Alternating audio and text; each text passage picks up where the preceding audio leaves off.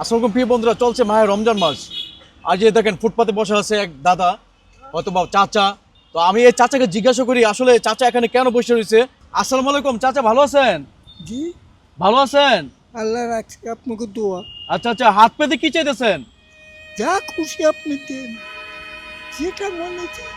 আমি তো রোজদার মানুষ, আমি একটা রোজা ভাঙিয়ে দিব। আলহামদুলিল্লাহ, রোজা আছেন না? ও, আমি একটা রোজা ভাঙিয়ে দিই। আচ্ছা, আপনার এই অবস্থা কেন? আপনি এখানে কেন, রাস্তায় কেন? কি করবো এখন, ভাগ্য খারাপ। ওই রেলের রয়ে গেছে জায়গা, ছেলে মেয়ে কোথায়? ও মারা গেছে অ্যাক্সিডেন্টে। পাশে কে বসা? এই যে আপনার পাশে বসে কে? আপনার ওয়াইফ?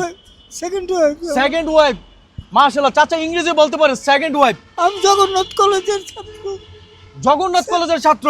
ও, সাইদুর রহমান স্যারের ছাত্র। সাইদুর রহমান স্যারের ছাত্র, জগন্নাথ কলেজের ছাত্র। তো আপনি লেখাপড়া শেষ করে কোনো চাকরি পান নাই? চাকরি করছি তো বাবু, কিন্তু এই অ্যাক্সিডেন্টে আমার এই অবস্থা। চাকরি ছিল, চাকরি করছে, অ্যাক্সিডেন্টে জীবন শেষ হয়ে গেছে। শেষ হয়ে গেছে বাবু, লড়তে পারি না, চলতে পারি না। এক বেলা খাইতে আরেক বেলা খাইতে পারি না, কেউ দেয় না। তো আপনি এখন বাসা কোথায়, থাকেন কোথায়?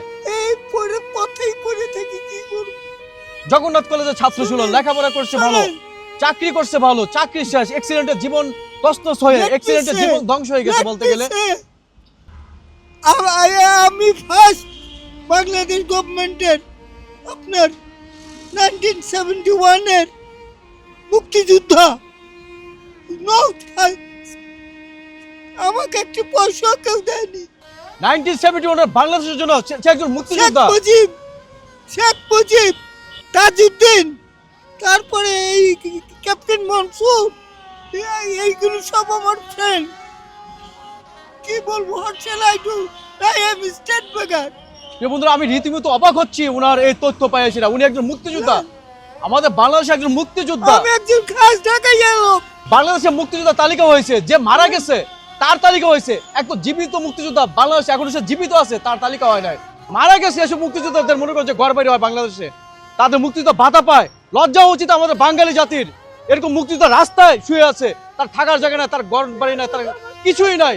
একজন ভালো একজন স্টুডেন্ট, জগন্নাথ বিশ্ববিদ্যালয়ে সে লেখাপড়া করছে, অথচ একটা অ্যাক্সিডেন্টে সে বিপদে পড়ে আজকে সে রাস্তায় তার জীবনযাপন। দুর্ভাগ্য বাঙালি জাতি আমাদের। আমরা কি শিখবো?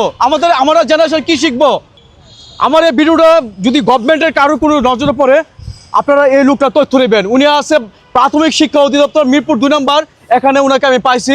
আমি ওনার নাম ঠিকানা আসলে আমি কতটুকু কি দিতে পারবো জানি না। তারপর আমি জিজ্ঞাসা করি, আপনার যদি কোনো মোবাইল নাম্বার বা নাম ঠিকানা যদি বলতে পারেন। কিছুই নাই, কিছুই নাই। আমার দরকার নাই, মানিক। চিন্তা করা যায়? আমি শান্ত, আমি যে স্বাধীন একজন মুক্তিযোদ্ধা, সেটা আপনাদের ভাগ্য ভালো। একজন দেশের মুক্তিযোদ্ধা দেশের মধ্যে কোনো মান সম্মান পাচ্ছে না, তাকে কোনো সম্মাননা দেওয়া হচ্ছে না, তাকে কোনো বাধা দেওয়া হচ্ছে না। এই দেশ স্বাধীন করছে আমাদের জন্য, অথচ তারাই আজকে অবহেলিত। আজকে শেখ মুজিব তাহলে আমার দাম শেখ মুজিব নাই, আমার দামও নাই। তাজউদ্দিন নাই, আমার দামও নাই। নজরুল নাই, আমার দামও নাই। ক্যাপ্টেন মনসুর নাই, আমার দামও নাই। প্রিয় বন্ধুরা, আসলে আমার বলার কোনো কিছু নাই। তো এমন একটা লোকের সাথে দেখা হবে, আসলে এটা আমার সৌভাগ্যের বিষয়। একজন মুক্তিযোদ্ধা রাস্তায় শুয়ে আছে।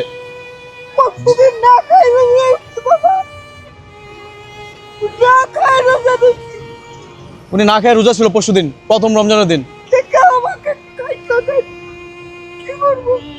তো যাক, ওনার সাথে দেখা হয়েছে। তবে গভর্নমেন্টের উচিত এরকম মুক্তিযোদ্ধা যারা রাস্তাঘাটে অলি গলিতে, যারা কোনো দেশের এখন রাষ্ট্রীয় সম্মাননা পায় না, তাদেরকে খুঁজে খুঁজে বের করে তাদেরকে সম্মাননা দেওয়া উচিত। তো আমি চাচার জন্য দেখি আমি কি করতে পারি। চাচা, 1 2 3 4 5 6 ধরেন, এই টাকাটা আপনি ইফতারি করেন। তো প্রিয় বন্ধুরা, ভিডিওটা বেশি বেশি করে শেয়ার করে দিবেন। কারণ হচ্ছে যে রাষ্ট্রের একজন গুরুত্বপূর্ণ ব্যক্তি যে অবহেলিত, যাকে রাষ্ট্র খুঁজে পায় নাই, যারা রাষ্ট্র তৈরি করে দিয়ে গেছে, যারা বাংলাদেশ সৃষ্টি করে দিয়ে গেছে, তারা আজ অবহেলিত, তারা রাস্তায়, তাদেরকে খুঁজ কেউ নিচ্ছে না। তো চাচা ভালো থাকেন, আমি আসি। হ্যাঁ, আসসালামু আলাইকুম।